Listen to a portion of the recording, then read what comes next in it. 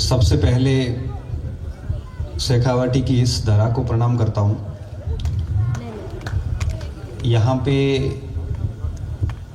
जब कल मैं शाम को आ गया था तब से लेके अभी तक मैं सोचने और समझने की कोशिश कर रहा था कि मुझे क्या बात रखनी है कल। हालांकि हम भाषण वगैरह कुछ तैयार नहीं करते हैं, ऐसे आते हैं, फिर ऑडियंस को देखते हैं और उनको लगता है कि ये ठीक सुनना चाह रहे हैं तो बोल देते हैं। कई बार 3 मिनट में बात ख़त्म करते हैं, कई बार 2 घंटे भी लग जाते हैं, वो आपके ऊपर रहता है सारा। मैं माँ सरस्वती को वंदन करता हूँ और यहाँ पर मंचासीन सभी अतिथि, ग्लोरियस कोचिंग संस्थान का पूरा परिवार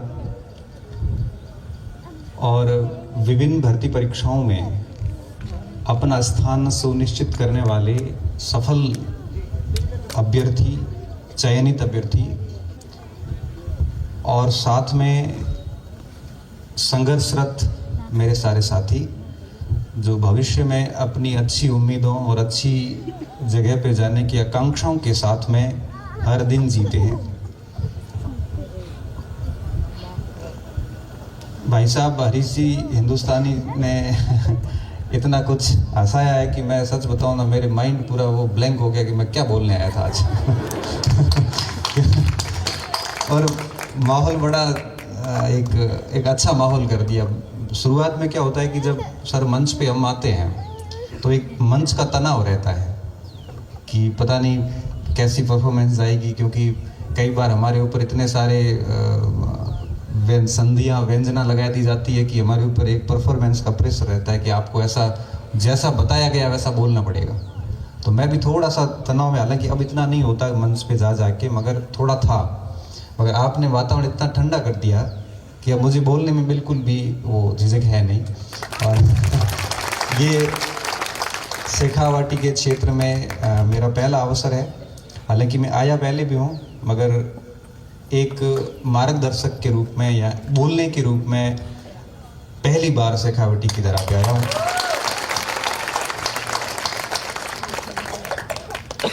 देखो, आपको पढ़ना कैसे है, करना क्या है, टारगेट क्या है, किस तरह से चयन लेने हैं, ये बातें आपको आपके गुरुजन क्लासरूम में हर दिन बताते हैं और मुझे बताने की अब आवश्यकता नहीं है। और हम लोगों ने भी YouTube पे इतना बोल रखा है, ये सोशल मीडिया और इंटरनेट की तकनीकी की एक बड़ी कमी है कि हम भाषण को रिपीट नहीं कर पाते, क्योंकि जो कुछ बोलते हैं वो सारा बोला हुआ है और वापस बोला हुआ बोलते हैं तो इतना इम्प्रेशन रहता नहीं है सर, हर बार नई बात बोलनी पड़ती है। तो कैसे पढ़ना है उस पर हम आज बात थोड़ी कम करेंगे। मेरी बात आज एक विद्यार्थी जीवन के ऊपर रहेगी। आप एक अच्छे नागरिक कैसे बन सकते हैं, आपको एक स्टूडेंट लाइफ में क्या करना चाहिए, क्या नहीं करना चाहिए, मतलब पढ़ाई के इतर की जो बातें हैं जो मुझे लगता है पढ़ाई से ज़्यादा महत्वपूर्ण रहती है। मेरा फोकस आज उन बिंदुओं पे रहेगा, क्योंकि लाखों बच्चों से जुड़ा हुआ हूँ। मैं माँ सरस्वती का वरदान मानता हूँ कि इस उम्र में भी मेरे ऊपर मेरे से अधिक उम्र के लोग भरोसा करते हैं। तो मुझे बड़ा अच्छा लगता है कि मैं सही रास्ते पे हूँ। और तब मुझे लगता है कि मेरी इस यात्रा के जो अनुभव, मैं हर बार कहता हूँ कि मंजिल इतनी महत्वपूर्ण नहीं होती, मंजिल तक पहुँचने का रास्ता और उस रास्ते के अनुभव महत्वपूर्ण होते हैं। क्योंकि वो जो अनुभव है ना, वही आगे की पीढ़ी को पथ प्रदर्शन करते हैं। डेल कार्नेगी लिखते हैं ना कि बन सको तो पर्वत की चोटी बने, कईयों के काम आओगे। नहीं बन सकते हो तो देवदार का वृक्ष बने कि किसी को छांव दे पाओगे। देवदार का वृक्ष भी नहीं बन सकते तो झाड़ी बने। अगर आप झाड़ी भी नहीं बन सकते तो घास बने कि जलते हुए पैरों की पगडंडियों को ठंडक दे सको। और अगर घास भी नहीं बन सकते हो तो पगडंडी बने ताकि लोग, आने वाली पीढ़ियां आपका अनुसरण कर सके। तो मुझे लगता है कि मंजिल से अधिक चीज महत्वपूर्ण होती वो होते हैं रास्ते और उनके अनुभव। तो मैं मेरे कुछ अनुभवों के साथ में बात शुरू करूंगा। ध्यान से सुनना और कोशिश करना कि ये चीजें आपके जीवन में हो, तब भाषण का बात करने का कुछ महत्व होता है। बोलते हम बहुत जगह पे हैं, लेकिन आत्मसात आप कितना करते हैं वो चीज़ें ज़्यादा मायने रखती हैं। तो दिल से केवल सुनना ही नहीं, बल्कि कई बार तो मैं कहता हूँ बच्चों को कि क्लासेस में होता हूँ तो कहता हूँ कि आंखें बंद करके सुनिए आराम से, ताली भी नहीं बजानी है, क्योंकि ताली बजाते हो तो आप थोड़ा सा आपका ध्यान डाइवर्ट होता है, फिर वो मनोरंजन ज़्यादा होता है और सीखना कम हो जाता है। कई बार मैं क्लासेस के अंदर आंख बंद करवाता हूँ, फिर वो अब शांत हो जाओ सब, आंखें बंद कर लोगे, क्लास में सब मैं बोल देता हूँ, और बच्चे आंखें बंद करते हैं। 2, 5, 10 मिनट में बात करता हूँ, फिर कहता हूँ कि ज़रूर परिवर्तन आएगा कुछ। तो मेरी क्लासेस में ऐसा हुआ है सर, मैं आपको बताऊँ हरीश जी और सारी ग्लोरियस टीम को और सभी शिक्षकों को भी मैं कहना चाहूँगा कि विद्यार्थी जब आपके पास आता है तो एक रॉ मटेरियल होता है, कच्ची मिट्टी होती है, आप उसको कैसा शेप देते हैं उसके ऊपर डिपेंड करता है। तो केवल पढ़ाई नहीं बल्कि इनके जीवन में वो एटिकेट्स भी डालें जो उसके जीवन जीने में बड़े उनको कामयाब सिद्ध करेंगे। तो कई बार बताता हूँ कि क्लासेज में हमारे ऐसे बच्चे आते हैं, खैर नौकरी तो लेके कुछ बच्चे जाते हैं, कुछ बच्चे एक अच्छे इंसान बन के चले जाते हैं। और मैं कई बार कहता हूँ कि मनुष्य और मानव में फ़र्क यही होता है, मानव योनि में सब जन्मे हैं और मनुष्य बहुत कम बन पाए हैं, और मानव से मनुष्य बनने की यात्रा ही जीवन कहलाती है। क्योंकि एक दुर्दांत आतंकवादी, एक अपराधी भी मानव है और स्वामी विवेकानंद जी भी मानव थे। अब इनमें मनुष्य कौन है और दानव कौन है ये आप तय करोगे। इसलिए मैं सोचता हूँ कि पढ़ाई से भी ज़्यादा महत्वपूर्ण ये बातें हैं जो एक स्टूडेंट को आत्मसात करनी चाहिए, क्योंकि देश का जो भविष्य है, समाज का जो भविष्य है, परिवार का जो भविष्य है, वो सब आप हैं। और आपका आचरण तय करता है कि आपका परिवार कैसा है, आपका आचरण तय करता है कि आप कैसे हैं, आपका समाज कैसा है, आपका देश कैसा होगा, आपका क्षेत्र कैसा होगा। मैं ऐसे क्षेत्र से बिलोंग करता हूँ जो बाड़मेर जिला मुख्यालय से भी 65 किलोमीटर दूर गडरा तहसील में और पाकिस्तान भारत की सीमा पर स्थित ऐसा क्षेत्र है जो डेजर्ट नेशनल पार्क में आता है, जहाँ पे हम कोई भी काम नहीं कर सकते क्योंकि डीएनपी के कई सारे प्रतिबंध है वहाँ पे। आप शिक्षा और संस्कारों का महत्व तो समझिए कि उस मारवाड़ क्षेत्र का एक व्यक्ति हमारे से 50 साल आगे के एक क्षेत्र जो शिक्षा नगरी के नाम से जाना जाता है, और वहाँ पे आके अगर अपनी बात रखना है और आपने मुझे वहाँ से यहाँ बुलाया है, तो मुझे लगता है कि आपको इसका महत्व समझना चाहिए कि प्रगति को कभी कोई भौगोलिक बाधाएं या कभी कोई रोक नहीं पाया। मुझे बड़ा अच्छा सा लगा कि मारवाड़ क्षेत्र से, मतलब मेरे को एक बार एक मित्र ने, हम बैठे बात कर रहे थे कि मैंने कहा, उन्होंने कहा यार आप कितने खुश हो जीवन में, क्या टेंशन, कुछ नहीं है, छोटी उम्र में नौकरी लग गई, रिजर्व बैंक ऑफ इंडिया से यात्रा शुरू करके कॉलेज शिक्षा में आ गए। मैंने कहा एक टीस रह गई, प्रशासन में जाना था वो जा नहीं पाया। तब उन्होंने एक लाइन कही मुझे, वो भी एडीएम है और अभी किसी मंत्री के सेक्रेटरी हैं। मैंने कहा गुरु मैं एक बात बताता हूँ, वो राजपूत है और हम ब्राह्मण हैं, पुरोहित है, तो वो बाड़मेर में जनरली हमें गुरु ही कहते हैं। हम भले पढ़े हैं, नहीं पढ़ा है, तब भी हमें वो गुरु ही कहते हैं। मैंने कहा गुरु आप जिस गांव से आते हैं, जिस क्षेत्र से आते हैं, वहाँ से दिल्ली के गलियारों तक पहुँचना और वापस जयपुर के गलियारों से होते हुए कॉलेज में पढ़ाने के लिए आपको सरकार के द्वारा नियुक्त करना ही अपने आप में उपलब्धि है। क्योंकि वहाँ से मुझे अच्छे से याद है कि दिन में 3 या 4 बसें आती है, जहाँ पे लाइट 2000 के बाद आई है, टीवी हमने 2008-9 के बाद देखे हैं, पानी के लिए हमारी बहनें और हम तांबेड़ा लेके 3-3 किलोमीटर दूर जाते थे। जब हमने ऐसी सारी चीज़ें बहुत बाद में देखी हैं, उसके बावजूद भी अगर आप इस जगह पहुँचे हैं तो मुझे लगता है कि इससे बड़ी उपलब्धि की आपको टीस रखनी ही नहीं चाहिए। मैं स्टूडेंट को डेली कहता हूं कि थोड़े गहरे बनिए। गहरे बनने का क्या मतलब होता है? गहरे बनने का मतलब ये होता है कि आपकी एक ऐसी छवि होनी चाहिए कि आपने कहीं बात कही है तो लोगों को सोचने के लिए मजबूर होना पड़े। आप गहरे बनिए, इसका मतलब ये होता है कि जहां कहीं बैठे हैं आप, 4 साथियों में बैठे हैं, 10 लोगों के बीच में बैठे हैं, अपनी बात ऐसी जगह पे कहें जहां आपके शब्दों का मूल्य है। मैं कई बार इस चीज़ का भुगत भोगी हूँ, क्योंकि ऐसे मन का भोला हूँ, कहीं भी कुछ बात बोल देता हूँ और फिर 4-5 लोग जो पास में होते हैं वो उस बात को सुनते हैं और सुनने के बाद उसको उसमें इंटरेस्ट ब्याज वगैरह सब लगा के और उस बात को आगे जाके बोल देते। तब मैं कई बार स्टूडेंट रहता हूँ कि अपने कहीं पे कुछ बोला मत करो, मन में रखा करो और परिणाम के सहारे आप जवाब दीजिए। बस शांत रहिए, किसी को कुछ मत कहिए।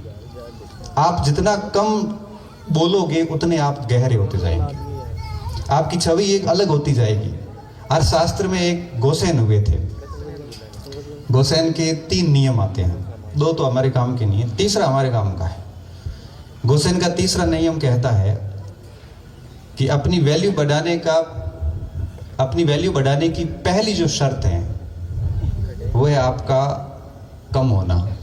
अर्थात आप हर जगह अगर सुलभ होते हैं, आप हर जगह बोलते रहते हैं, आप हर जगह बिना फालतू बातें करते रहते हैं, आप हर जगह उपस्थित रहते हैं, तब आपकी कोई वैल्यू नहीं होगी।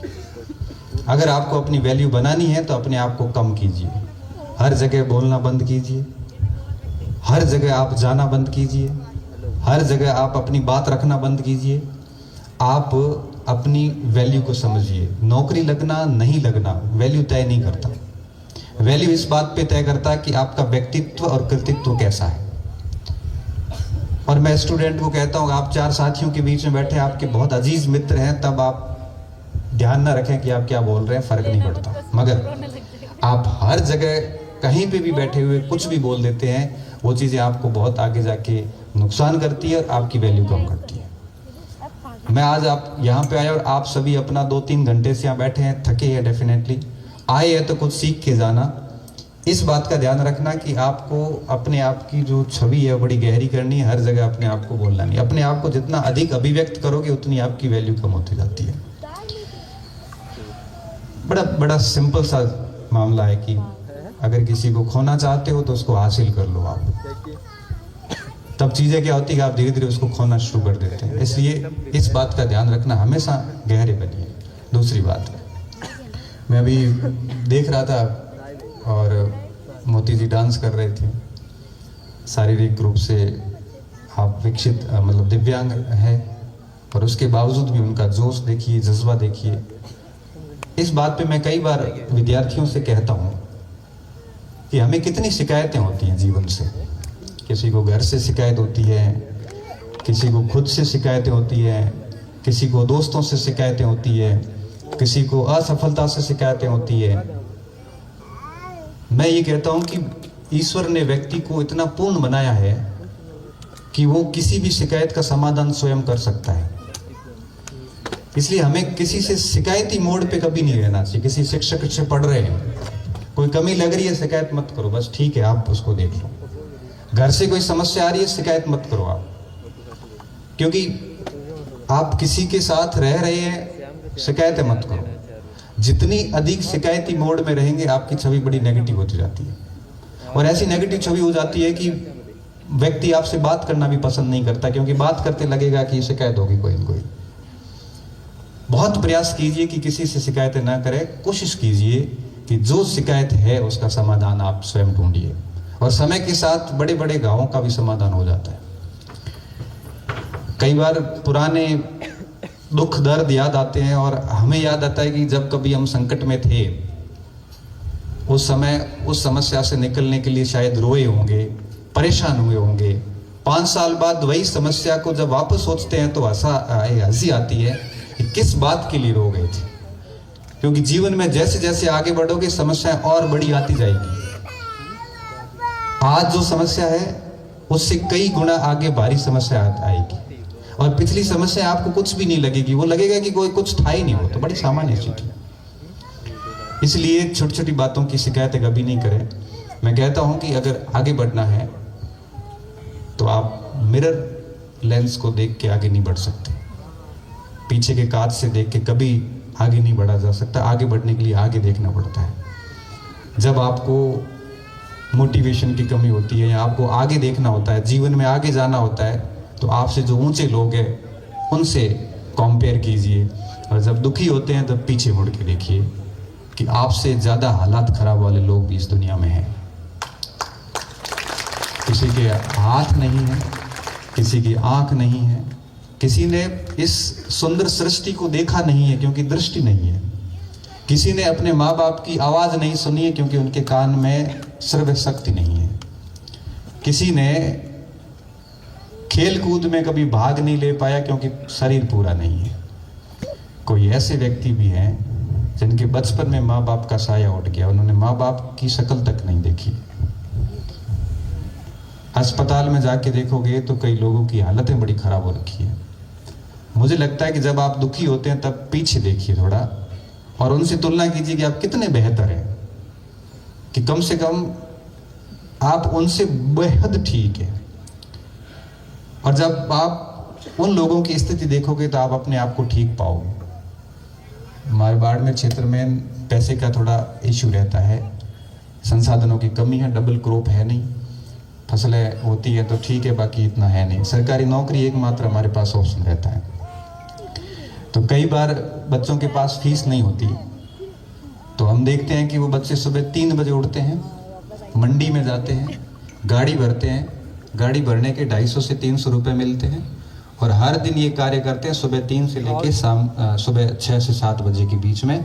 फिर उसी पैसे से, एक बच्चे का मैं उदाहरण देता हूँ, उसी पैसे से अपना घर चलाता है, मतलब बाड़मेर में रहता है, छोटे भाई को भी खर्चा देता है और पिताजी को घर पे लकवा हो रखा है और वो डोडा पोस्ट लेते हैं थोड़े से, तो उसके लिए भी पैसे बचा के और वो वापस घर भेजता है। और ऐसी स्थितियों में भी लोग जीते हैं। और हमारे घर से अगर 6,000 रुपया 10,000 रुपये आते तब भी हमें घर वालों से शिकायत रहती है कि सपोर्ट नहीं करते, आपको सुना दिया किसी ने, हमारे को पढ़ने नहीं दिया जाता। डेली है वो, कई बार ऐसे बच्चियों के मैसेज ज़्यादा आते हैं कि मैं ससुराल में हूँ और मेरे को डिस्टर्बेंस होती है, पढ़ने नहीं दिया जाता। मैं तो फिर यही कहता हूँ कि यार जो नेगेटिव चीज़ें उनको इग्नोर करो और अपनी पढ़ाई पे ध्यान दो, क्योंकि रिजल्ट आता है तो सारी चीज़ें अपने आप समाप्त हो जाती है और कहीं दिक्कत आती ही नहीं है। तो मेरा दूसरा आपसे यही है, पहली बात तो मैंने आपका ही थोड़ी गहरे बनी है, अपने आप को इतना एक्सपोजर ना दीजिए कि आपकी वैल्यू खत्म हो जाए। और दूसरा, हमेशा समाधान के मोड में रहिए, शिकायत के मोड में मत रहें। कहते हैं ना कि व्यक्ति हमारे से जुड़ना पसंद नहीं करता। अगर आप हमेशा शिकायत के मोड में रहोगे तो आप अकेले पड़ जाओगे। हर दिन अगर समाधान के मोड में रहेंगे तो आपके साथ में बहुत लोग चलने वाले हैं, कारवां बहुत लंबा होता है। और तीसरी बात, ये हमेशा एक मैसेज बसों स्टूडेंट से मुझे प्राप्त होता है कि टेस्ट में वो टॉप आ गया, उसकी पहली नौकरी लग गई, मेरी नहीं लगी। मेरे परिवार वाले मुझे कहते हैं कि उसकी नहीं लगी, उसकी लग गई, तेरी कैसे नहीं लगी। ये आम समस्या हो चुकी है और इसके प्रेशर में बच्चे कई तनाव में भी आ जाते हैं। तो मैं हालांकि समाधान करता हूँ, हमेशा कहता हूँ किसी से अपनी तुलना क्यों करें। कोई अगर L1 में लगा है, अध्यापक लगा है और आप अगर लेक्चर की तैयारी कर रहे हैं तो क्या शिकवा है, वो पहले लग गया, आप 5 साल बाद भी लग गए, तब भी आप 13 साल सीनियर है उससे। मेरे एक मित्र थे, हम साथ में तैयारी करते थे और हमें नौकरी की जल्दी बड़ी थी। मैंने कहा फटाफट लग जानी चाहिए।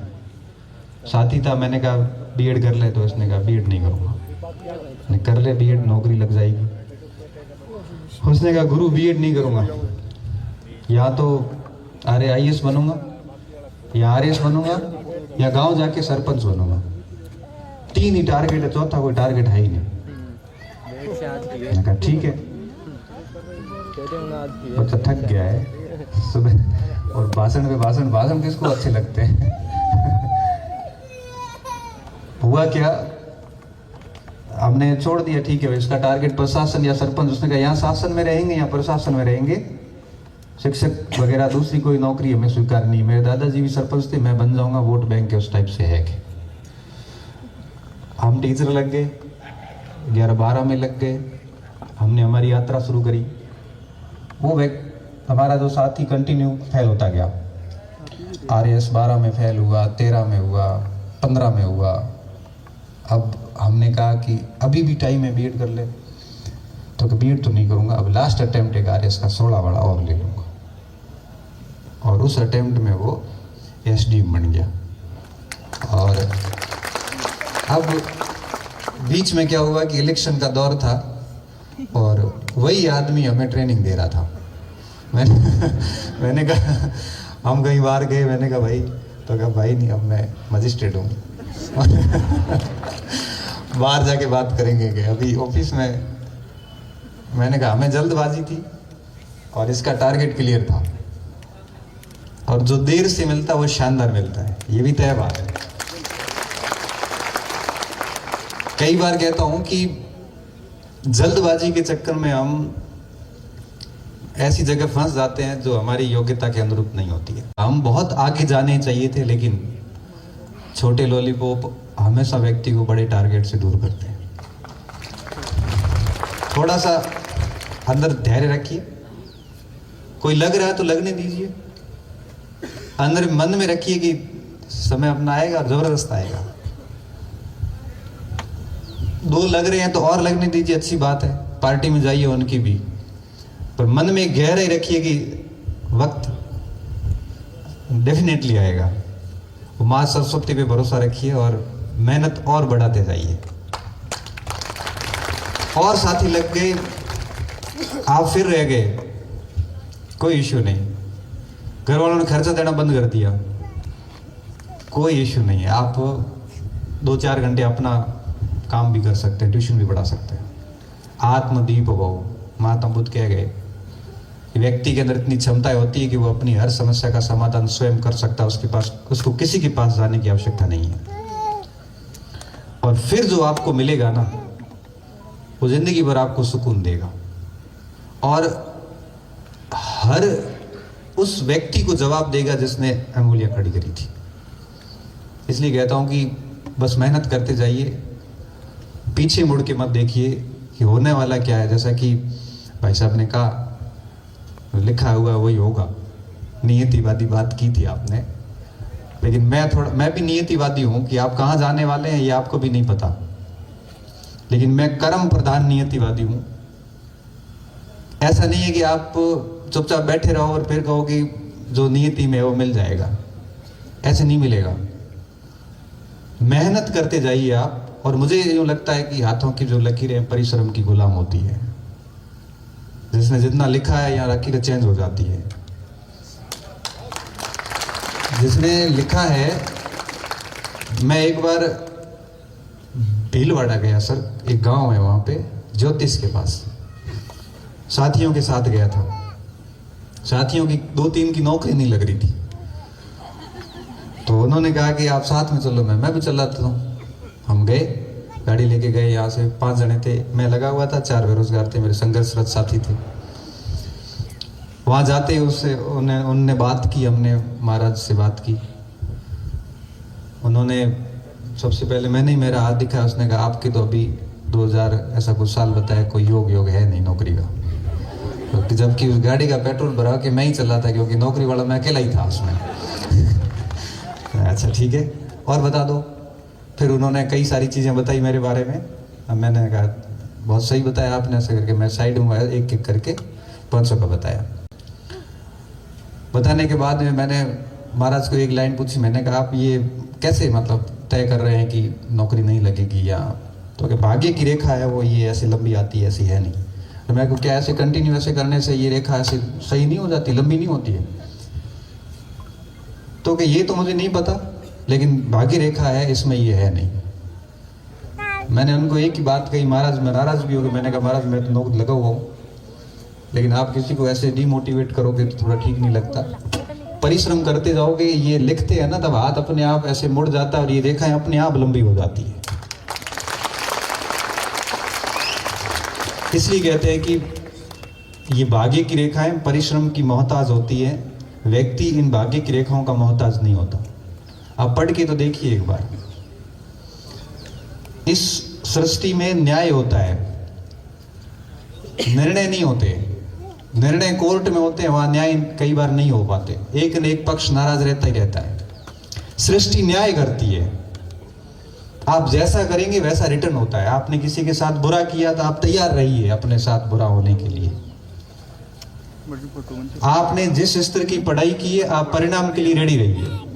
वो आज मिलेगा, 2 साल बाद मिलेगा, मगर मिलेगा जरूर। जिस लेवल की पढ़ाई की जाती है, जिस लेवल का समय आपने पुस्तकों में खपाया है, आप निश्चित तौर पे उस जगह पे जाएंगे। मैंने कभी नहीं सोचा था कि मैं कॉलेज में आऊँगा। मैं कई बार ये क्लासेस में, वीडियो में बोल चुका हूँ।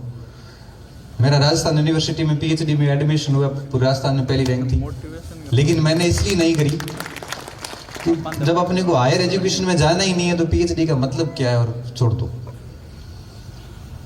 उसके 10 साल बाद जाके मैंने वापस पीएचडी की। क्योंकि मुझे कॉलेज लेक्चर बन गया, प्रोफेसर हो गए, तो अब बिना पीएचडी ये नौकरी आगे काम की नहीं, करना ही पड़ेगा, करियर प्रमोशन के लिए करना पड़ेगा। कभी नहीं सोचा कि इस फील्ड में जाऊंगा, मगर पढ़ाई में कोई कमी नहीं रखी थी। 12th करने के बाद से हमने हमारे रिसोर्सेज जो सीमित संसाधन थे, हालांकि मैं कोचिंग करवाता हूँ, पढ़ाता हूँ, मैंने खुद ने कभी कोचिंग की नहीं। कोचिंग इसलिए नहीं कर पाए कि बाड़मेर में स्तरीय कोचिंग नहीं थे, और जयपुर जाके, दिल्ली जाके करने जैसे संसाधन हमारे पास नहीं थे, तो हमें उसमें राजी होना था, हमारे संसाधनों में ही काम करना था। और पढ़ाई उस लेवल की थी कि 2009 से सरकारी यात्रा शुरू करी, महज 20 साल की उम्र में, और अभी तक अनवरत रूप से जारी है। न जाने कितने डिपार्टमेंट चेंज किए, और अब डिपार्टमेंट चेंज करने का कोई मूड नहीं है। अब सिर्फ पढ़ाने का मन करता है। खूब पढ़ता हूँ। आज भी बच्चों को कहता हूँ कि आप, बच्चे कहते सर सफलता का राज क्या है आपका? कभी कभी ऐसे लाइट मूड में होते हैं तो क्लास में पूछते हैं। मैं को राज जैसा तो कुछ है नहीं, मगर इतना मुझे पता है कि पिछले 15 साल लगभग, मैं बता दूं, मुझे याद नहीं है कि मैंने किस दिन पढ़ाई नहीं की। 15 साल हो गए मैं लगातार पढ़ रहा हूं। किताबें मेरे पास रहती, मेरी गाड़ी अभी आप जाके देखोगे तो उसके पीछे की सीट पे भी 3-4 किताबें पड़ी है। क्यों पढ़ रहा हूं मुझे खुद को नहीं पढ़ता, पर पढ़ता हूं। ये जो कंसिस्टेंसी है, ये जो एक कंटिन्यूटी है, नियमितता और निरंतरता, ये पिछले 15 साल से रही है। बेटा आपकी रही है तो क्या? नहीं तो कैसे लगेगा? आप 4 महीने पढ़ने के बाद कहते हो अब हमारी नौकरी कब लग रही है? 4 महीने में होता क्या है? 1 साल पढ़िए, 1-1.5 साल दम लगा के पढ़िए, फिर अपने को हर प्रश्न का जवाब स्वयं मिलता है। और मैं कहता हूं कि जिसके मस्तिष्क में बहुत सारे प्रश्न उठ रहे हैं, जिसके दिमाग में बहुत सारी शंकाएं उठती है कि सिलेक्शन होगा कि नहीं होगा, क्या होगा, कैसे होगा, मुझे लगता है उसकी पढ़ाई में बहुत कमी है। और जिसने बहुत ज़बरदस्त तरीके से पढ़ाई शुरू कर दी है, उसके दिमाग में कभी भी शंकाओं से भरे हुए सवाल कभी पैदा नहीं होते, क्योंकि ये पढ़ाई ऐसी एक कंसेप्ट है, एक ऐसा ऊर्जा का उपयोग है कि मन के हर प्रश्न को, हर डाउट को खत्म कर देता है, और बड़ा धैर्य से पढ़ता जाता है। जैसे जैसे ज्ञान बढ़ता जाता है, व्यक्ति चुप होता जाता है, बस उसको सुनना अच्छा लगता है, सुनाना ज्यादा अच्छा नहीं लगता। और अगर वो 4 शब्द भी बोल गया ना, तो सामने वाले मुरीद हो जाता है, यार कितनी प्यारी बात कहती। जैसे जैसे अध्ययन बढ़ता जाएगा, आप अकेले पढ़ते जाओगे, आपका ग्रुप बदलता जाएगा, आप उन लोगों से दूर होते जाओगे जिसकी धरातल पर कोई अस्तित्व नहीं है। सुंदर हो जाता है व्यक्ति, पढ़ पढ़ के व्यक्ति सुंदर हो जाता है, उसके चेहरे पर एक अलग टाइप की एक रोशनी आती है। उस लेवल की जब पढ़ाई होती है ना, तो नौकरी आपके पीछे भागती है, आपको उसके पीछे नहीं करना पड़ता।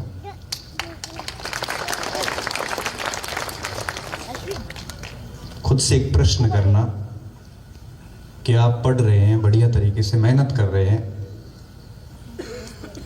आप हमेशा अपने आप से प्रश्न करिए, हर रात को करिए, जब भी सोते हैं तब करिए कि क्या जिस उद्देश्य से आप आए हैं आज के दिन, उस उद्देश्य को प्राप्त करने के लिए मैंने कितने प्रयास किए। आप साथियों के साथ थड़ी पे बैठ के चाय पीते पीते और दोस्तों के रूम में जाके 6 घंटे बिगाड़े हैं, या अपने प्लान के मुताबिक 6 टॉपिक पढ़े हैं। अगर रात को सोते वक्त आप इस बात की समीक्षा हर दिन करेंगे तो मैं आपको बताऊं कि अगर आप दिन बिगाड़ के आए हैं पूरा, तो रात को ठीक से नींद भी नहीं आएगी। क्यों? ये सोच के कि क्या मुझे घर वालों ने इसलिए भेजा है, क्या वो अपनी खुशियों को सैक्रिफाइस करके हर महीने पैसे इसलिए भेज रहे हैं कि मैं यहाँ पे आके समय बर्बाद करूं। हर दिन आप अगर एक रात को सोते वक्त ये समीक्षा करेंगे कि आज के दिन का मैंने क्या यूटिलाइज किया है, अगर आपका एक दिन भी बिगड़ेगा ना, उस रात आपको ठीक से नींद नहीं आएगी और आप धीरे धीरे अपने में सुधार करेंगे।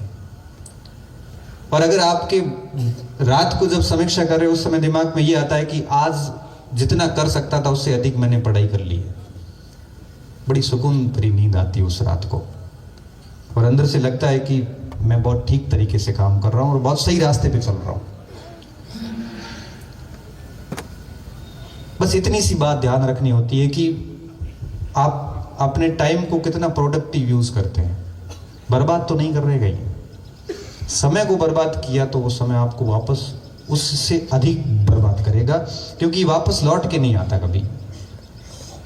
25-27 साल उम्र होती पढ़ने की, बढ़िया चीजें याद होती हैं, घर का पूरा सपोर्ट होता है, और धीरे धीरे क्या होता है कि ये समय चला जाता है। मन में एक बड़ी गलत फहमी रहती है कि हर दिन ऐसा ही रहेगा, जबकि हर दिन ऐसा नहीं होता। कभी ऐसा दिन उगता है कि सब कुछ बदल जाता है। घर से पैसे आने बंद हो जाते हैं और जो आप सोच रहे थे वैसा कुछ नहीं होता। हमारे एक साथी थे, बड़ी अच्छी तैयारी थी और असिस्टेंट कमांडेंट का फिजिकल था। रेलवे स्टेशन के आगे एक्सीडेंट होता है और पैर फ्रैक्चर हो गया। अब फिजिकल था तो फ्रैक्चर हुआ, तो फिजिकल से तो सीधा आउट है। जाना दिल्ली टिकरी कैंप में था फिजिकल देने के लिए, और गए हॉस्पिटल में। वहां से वो बंदा डिप्रेशन में चला गया, क्योंकि चयन के बहुत नजदीक आके वो दूर हो गया। अब वो साथी बाद में हमें बड़ा ऐसे फील भी होता था कि दिव्यांग कोटे से बाद में नौकरी लगा, शिक्षक बना। उसने जीवन में कभी ये सोचा नहीं होगा कि जिसने 3 तारों के सपने सजाए हो, वो व्यक्ति दिव्यांग कोटे में आखिर में जाके L2 का एक टीचर बनेगा। वो व्यक्ति जीवन में अब संतुष्ट भी नहीं है। फिर उसके बाद वही नशे पते, क्योंकि जब व्यक्ति जीवन में या तो बहुत अधिक संतुष्ट होता है या बिल्कुल संतुष्ट नहीं होता, तब नशे की ओर गमन करता है। बहुत अधिक संतुष्ट होने के बाद में कुछ बचता नहीं है, तब वो गलत रास्तों पे जाने की संभावनाएं बढ़ जाती है। और या बहुत अधिक असंतुष्ट होता है, तब अपने गम को दूर करने के लिए कई बार नशों पतों की तरफ चला जाता है। और ऐसे कई दोस्तों का हमने हमारे आंखों के सामने पतन देखे हैं। इसलिए कहता हूं कि हर दिन समान नहीं होता।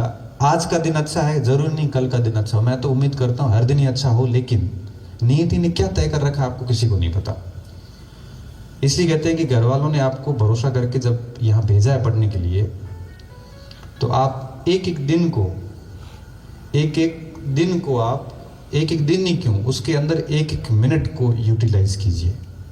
हर एक घंटे का हिसाब रखिए। जैसे पहले के लोग पैसे का हिसाब रखते थे, पहले के लोग रखते थे। मुझे अच्छे से याद है, जब मैं कॉलेज में पढ़ता था तो मुझे 500 रुपये दे के पापा भेजते थे, और वापस उसमें से 360 रुपये हॉस्टल की डाइट थी, 140 रुपये बचते थे, और घर जाते हिसाब पूछते थे, बेटा 140 का क्या किया। मुझे कोई मतलब नहीं है कि तूने खर्च किए, भले किए, लेकिन मुझे पता होना चाहिए तूने कहाँ खर्च किए। किताब पे किए, कॉपी पे किए, कपड़ों पे किए, शूज लिए, क्या लिया।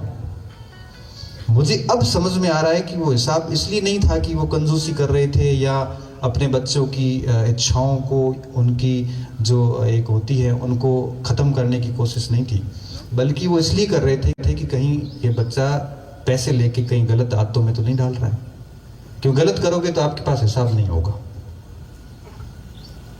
वो बात मुझे अब समझ में आती है कि पैसे का हिसाब इसलिए ज़रूरी था। वो 150 रुपये कोई मायने नहीं रखते थे, लेकिन उस हिसाब के डर में हम कभी भी उसकी चॉकलेट भी कहते थे 2 रुपए की चॉकलेट खाई, 8 रुपए की दूध की थैली थी तो 2 रुपए चॉकलेट देती उसने, कोई बात नहीं खाई तो, लेकिन हिसाब होना चाहिए आपके पास। जिस तरह से पैसे का हिसाब अगर मांगा जाता था, आप सोचिए कि टाइम कितना वैल्यूएबल है, उससे कहीं अधिक वैल्यूएबल है। हमारे पास टाइम का हिसाब नहीं है। इसलिए आज की इस जनरेशन के विद्यार्थियों को मैं कहता हूं कि सुबह से शाम तक अपने समय को ऐसा यूटिलाइज कीजिए कि आपके पास हिसाब होना चाहिए कि आप कहाँ उसको खर्च कर रहे हैं। ये नहीं है कि आप भूगोल पढ़ते पढ़ते थक गए हो तो कोई बात नहीं, आप अच्छा उपन्यास पढ़ लो, कोई फर्क नहीं पड़ता।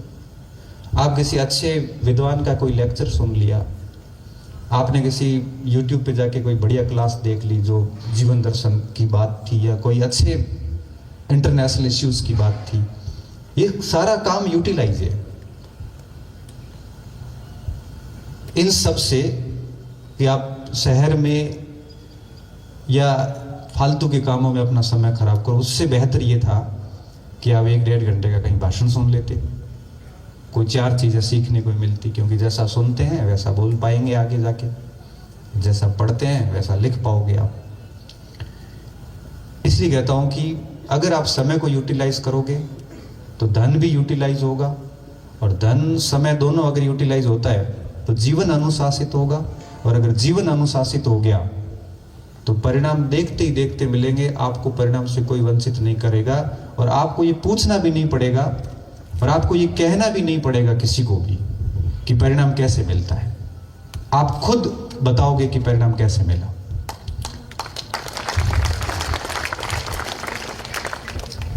बच्चे मुझे कहते हैं सर कि रात को पढ़े कि सुबह पढ़े। मैं कहता हूँ जब भी पढ़ना है भले रात को पढ़। आपने कैसे किया? क्योंकि कई क्यूरियोसिटी होती है स्टूडेंट्स की, तो मैंने कहा मैं तो 15 दिन रात को पढ़ता था, 15 दिन सुबह जल्दी उठता था। ये सच है। 15 दिन क्या करता था, 2:30-3 बज जाते थे। 3 साथी थे हम 4, और आज भगवान की मेहरबानी से सारे अधिकारी हैं। रात को चाय बनाई, 1-2 बार चाय बनाते थे, 1-2 साथी कॉफी पीते थे, 2:30-3 बजे तक पढ़ लिए, थक गए, सो गए। फिर सुबह वापस 10-1 बजे उठते थे, फिर पूरे दिन वापस पढ़ाई, बाकी दुनिया से कोई मतलब नहीं। 15 दिन ऐसे चलता था। फिर 15 दिन सुबह वाले, क्योंकि किसी एक उसमें बड़ा वैज्ञानिक सा स्टूडेंट था, बायोलॉजिकल क्लॉक बिगड़ जाएगी बायोलॉजिकल क्लॉक बिगड़ेगी तो अपन अब 15 दिन सुबह का काम करते हैं। फिर 15 दिन हम सुबह 3 बजे उठते थे, क्योंकि हमने निष्कर्ष ये निकाला कि 5 बजे उठने की बजाय 3 बजे उठना आसान है, क्योंकि नींद की दूसरी शिफ्ट 3:30-4 बजे शुरू होती है। पहली शिफ्ट 3-3:30 बजे खत्म होती है। उस जगह उठ जाओगे तो ठीक है, नहीं उठे दूसरी शिफ्ट में घुस गए तो फिर 8 बज जाती है। तो हम क्या करते थे, 3 बजे के आसपास उठ के ब्रश करने के लिए थोड़ा घूमे, नींद उड़ जाती थी, स्नान करके बैठ गए, 10-11 बजे तक पहली शिफ्ट मार के फिर पहले दिन को सो भले कुछ भी करो, अपना सुबह सुबह का 6 घंटे का हो गया। ऐसा शेड्यूल हमारा कोई 3-4 साल रहा, टाइट शेड्यूल रहा है।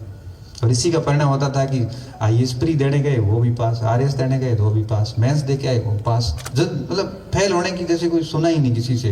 हालांकि हम हमेशा ये तैयार रहते थे कि व्यक्ति रिजल्ट के बाद में सफलता को पचाने के लिए रेडी बैठा है, उसने प्लानिंग कर रखी है, असफलता के बारे में सोचा भी नहीं उसने। और जो व्यक्ति असफलता के लिए जो तैयार है वो न तो तनाव में जाएगा, न कभी डिप्रेशन जैसे ये शब्द उसके जीवन में आएंगे। सोच रखा था फेल ही होंगे, इससे ज्यादा तो क्या होगा, और मेहनत करेंगे। परीक्षा देते आते रघुनाथ कहता था कि अब भाई अगली परीक्षा कौन सी है, तो अगली ये है, सिलेबस क्या है, अलग क्या पढ़ना है, आज से शुरू। अब वो दूसरा रिजल्ट आएगा तब देखेंगे, पास हुए तो ठीक है, नहीं तो 7 महीने से तो हो ही रहे थे। और आज की जनरेशन क्या करती है, एक परीक्षा देके 6 महीने रिजल्ट का इंतजार करती है, फेल होती है, 6 महीने को बर्बाद हो गए, अब कॉन्फिडेंस आएगा कहां से। जबकि हमें अच्छे से याद है कि परीक्षा देते ही दूसरे दिन अगली परीक्षा कौन सी टारगेट करनी है, 2 दिन तय करो, किताबें लो और उसका काम शुरू कर दो। पीछे वाला रिजल्ट आएगा, पॉजिटिव आएगा तो बूस्ट मिल जाएगा, नेगेटिव आएगा तो अपर बूस्ट मिलेगा। फेल हो गए, अब और कोई ऑप्शन नहीं, थोड़ा और पढ़ना पड़ेगा।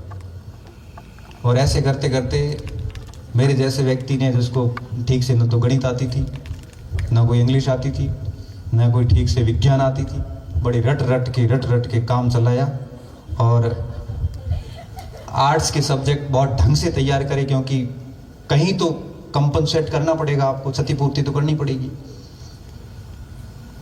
छठी क्लास में हमारे इंग्लिश शुरू हुई थी, तो हम तो मेरा नाम भी GS लिखता था, क्या पता गलत चला जाए, स्पेलिंग पूरी नहीं थी हमारे छठी क्लास में। करण सही बता रहा हूँ, ये मेरे साथ है, मेरे मित्र है, साथ में आए हम दोनों। हमारी अंग्रेजी छठी क्लास से शुरू हुई थी गाँव में, तो नहीं आती थी, लेकिन नहीं आती थी तो अब इसका रोना तो नहीं रो सकते कि नहीं आती है। अब उपाय क्या है? उपाय यही है कि उसको ठीक करो, और ठीक करने के लिए उपाय यही है कि काम करो उस पर। 6 महीने 7 महीने अंततः वो विषय आपका होके रहता है, आप जाएगा कहाँ। और व्यक्ति में इतनी क्षमता होती है कि कोई भी कंसेप्ट उसकी सीमा से, औकात से बाहर नहीं है, बस उस व्यक्ति में दम होना चाहिए। ऐसा नहीं हो कि ऐसे मरा सा हुआ तो कुछ नहीं होगा। चाहे कंपटीशन हो, चाहे दुनिया की रेस हो, चाहे खुद से लड़ाई हो, क्योंकि व्यक्ति कई बार खुद से संघर्ष करता है। सब जगह पे मजबूती तो चाहिए। 1000 आपदाएं आपके सामने हो सकती है, आप एक्सक्यूज देके निकल नहीं सकते कि मेरे ये समस्या है, मेरी वो समस्या है। दुनिया एक्सक्यूज नहीं देखती, दुनिया रिजल्ट देखती है, और रिजल्ट तभी मिलेंगे जब आप मानसिक रूप से बहुत स्ट्रांग रहेंगे कि आज समय मेरा नहीं है, और ये खुशी और दुख दोनों साइकिल के रूप में चलते हैं। आज सुखी हैं तो दुख के लिए रेडी रहिए, दुखी हैं तो सुख आने वाले, धैर्य रखिए, कोई दिक्कत ही नहीं है। लेकिन मजबूत अगर नहीं है तो आप नौकरी लगने के बाद में भी खुश नहीं है। मैंने एक IAS को लाइव सुसाइड करते हुए एक बार देखा था, 14वीं रैंक थी IAS में। अगर आप मेंटली मजबूत नहीं है तो आप कलेक्टर बनने के बाद में भी खुश नहीं है। नौकरी लगना खुशी का कोई पैमाना नहीं है। उसके लिए आपको जीवन में अगर सफल होना है तो थोड़ा मानसिक रूप से स्ट्रांग रहना पड़ेगा, अपनी शिकायतों का समाधान खुद करना पड़ेगा। लोग क्या कहते हैं, लोग क्या कहते हैं, लोगों के पास दूसरा काम नहीं है क्या? कई तो आते हैं कि सर मेरे बारे में उसने ये कह दिया, उसने वो कह दिया, जो बड़ी हंसी आती। कोई क्या कहे, हम हमारे बारे में भी खूब कहते हैं, कोई फर्क नहीं पड़ता किसको क्या करना है, हम सही है ना, बस बात खत्म।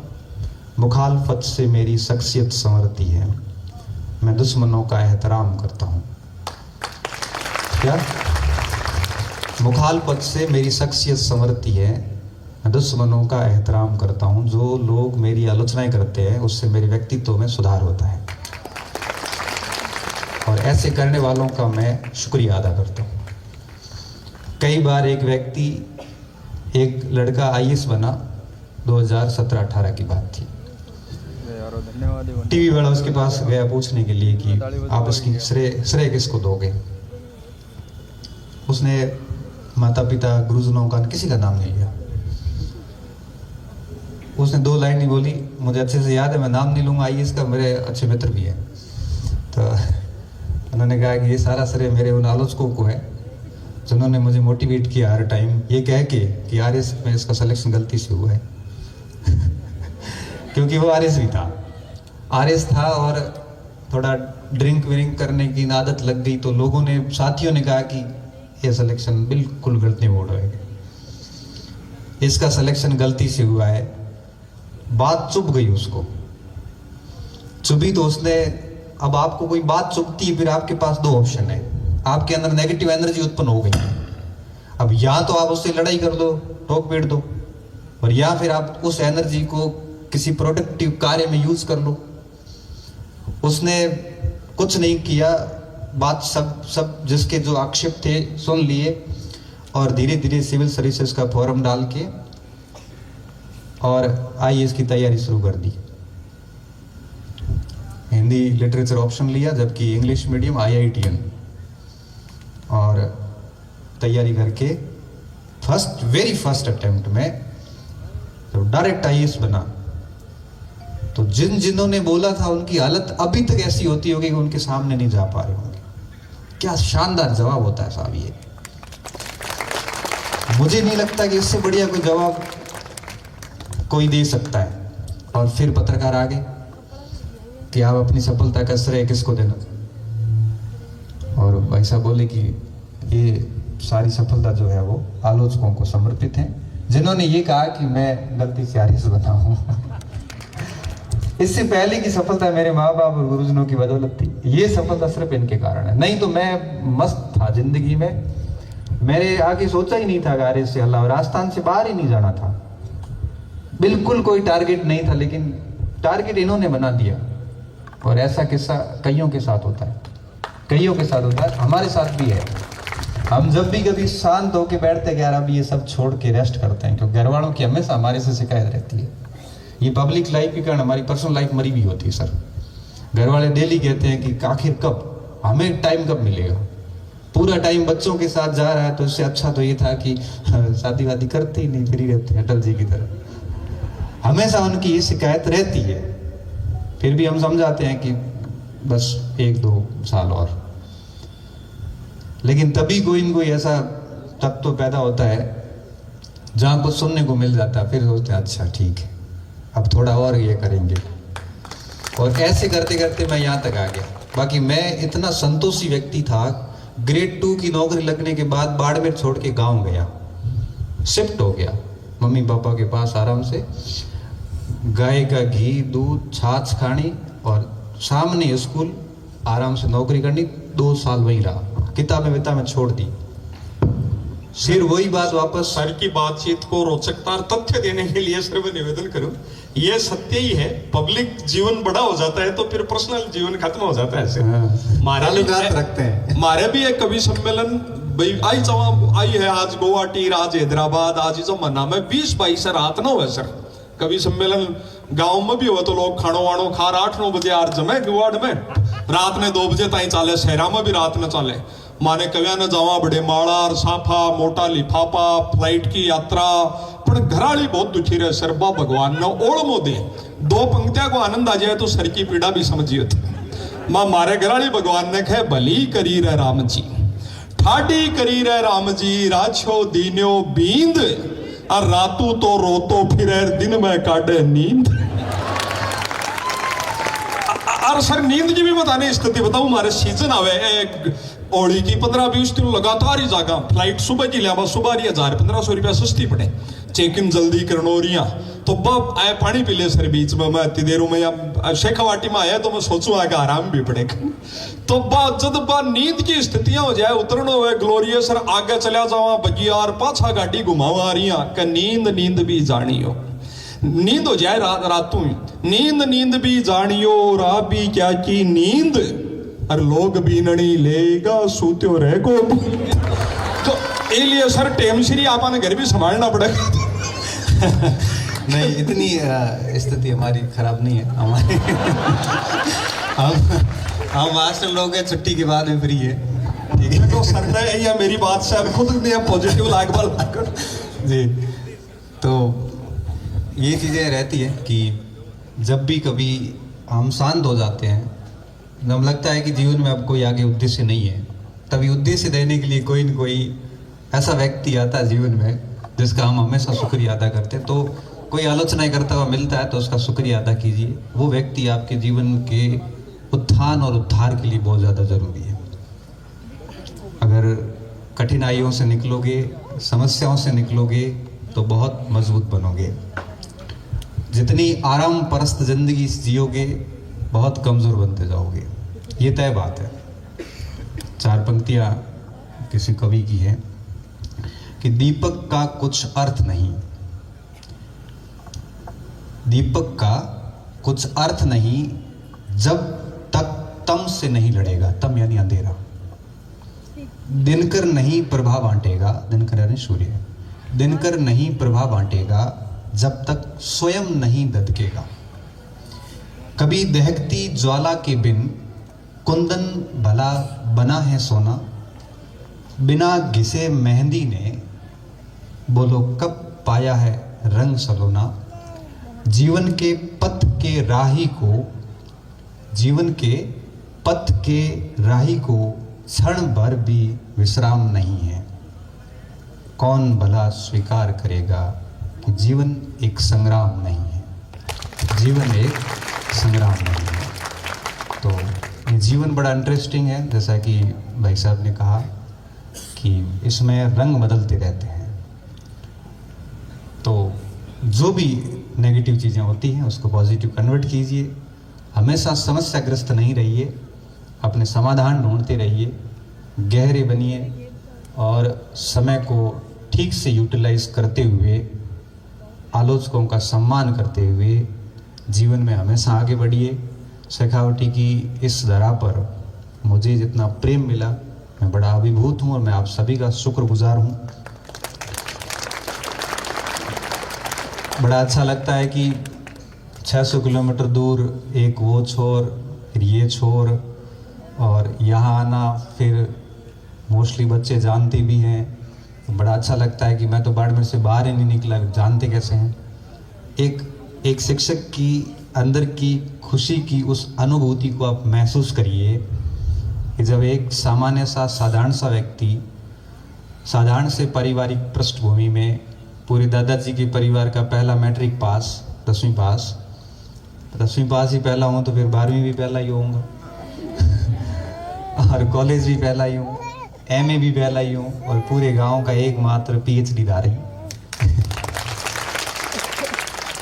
बड़ी दिलचस्प यात्रा है। मेरी मम्मी ने तो कहा कि डॉक्टर बना है, मतलब इलाज नहीं, इलाज नहीं ये पढ़ाई का डॉक्टर अलग होता है। मैं नहीं पता कि उनके लिए ये डिग्रियां क्या होती है, लेकिन हमें अच्छा लगता है कि उनको बड़ा गर्व महसूस होता है। और मेरे अनुसार ही नहीं बल्कि सबके अनुसार भी, अगर आपके माता पिता को आपके ऊपर प्राउड है तो आपका जीवन सफल है। और अगर आपके कारण वो परेशान है या आंसू हैं दुख के, खुशी के वो तो अलग इश्यू है, अगर आपके कारण उनके आंखों में दुख के आंसू हैं तो आपका जीवन असफल है। चाहे आप कलेक्टर हो, चाहे आप मंत्री हो, अगर आपके माँ बाप आपके कारण दुखी है, मन में ये सोच रहे हैं कि इसको क्यों पैदा किया, तो आपका जीवन की सारी प्रगतियां जो है वो शून्य है। इसलिए खूब काम कीजिए, मेहनत कीजिए और अपने माता पिता की खुशी का कारण बनिए, अपने समाज, परिवार और क्षेत्र की अच्छी पहचान बनिए। और साथ में लास्ट में यही कहूँगा, आत्मदीप भव, अपना प्रकाश खुद बनिए, किसी में भी अपने समाधान ना ढूंढिए, खुद के समाधान खुद ढूंढिए। लास्ट में लगे ना कि अब समाधान नहीं हो सकता, तब मेरे जैसे को मैसेज कर देना, क्या पता आपसे थोड़ा वाइड एक्सपीरियंस है तो शायद समाधान आराम से निकाल सकते हैं। बहुत बहुत धन्यवाद आप सभी का, और बहुत बहुत धन्यवाद। फिर कभी शेखावटी की धरा पे अवसर मिलेगा तो बड़े हंसते हंसते आएंगे, क्योंकि पहला एक्सपीरियंस बड़ा शानदार था। पुनः धन्यवाद। बहुत बहुत धन्यवाद।